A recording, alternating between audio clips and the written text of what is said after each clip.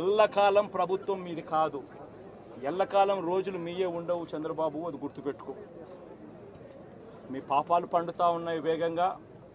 ప్రజలు దీన్ని క్షమించని పరిస్థితుల్లోకి వస్తారు.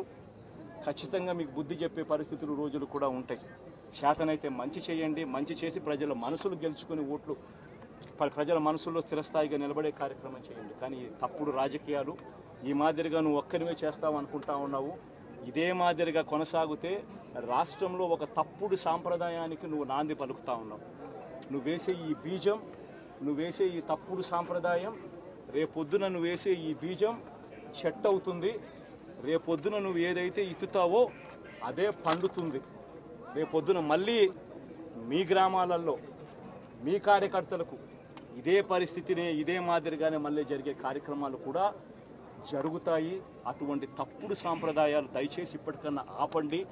నాయకులుగా ఉన్న మనలాంటి వాళ్ళం ఇలాంటివి ప్రోత్సహించకూడదు. ఇలాంటివి ఎవరు తప్పు చేసినా తప్పు అని చెప్పే కార్యక్రమం నాయకులుగా మనం చెయ్యాలి. కానీ దగ్గరుండి ఈ మాదిరిగా ప్రోత్సహించడం అతి దుర్మార్గమైన కార్యక్రమం. దయచేసి దీనికి ఫుల్ స్టాప్ పెట్టే కార్యక్రమం ఖచ్చితంగా చెయ్యండి చంద్రబాబు అని చెప్పి సందర్భంగా మరొక్కసారి చంద్రబాబును ఈసారి హెచ్చరిస్తున్నామని కూడా చెప్తా ఉన్నాం. ఈసారి కోరడం లేదు, హెచ్చరిస్తున్నామని కూడా చెప్తా ఉన్నాం. ఇదే మాదిరిగా జరుగుతూ పోతా ఉంటే మాత్రం ఎవరైనా కూడా ఊరుకునే కార్యక్రమం జరగదు.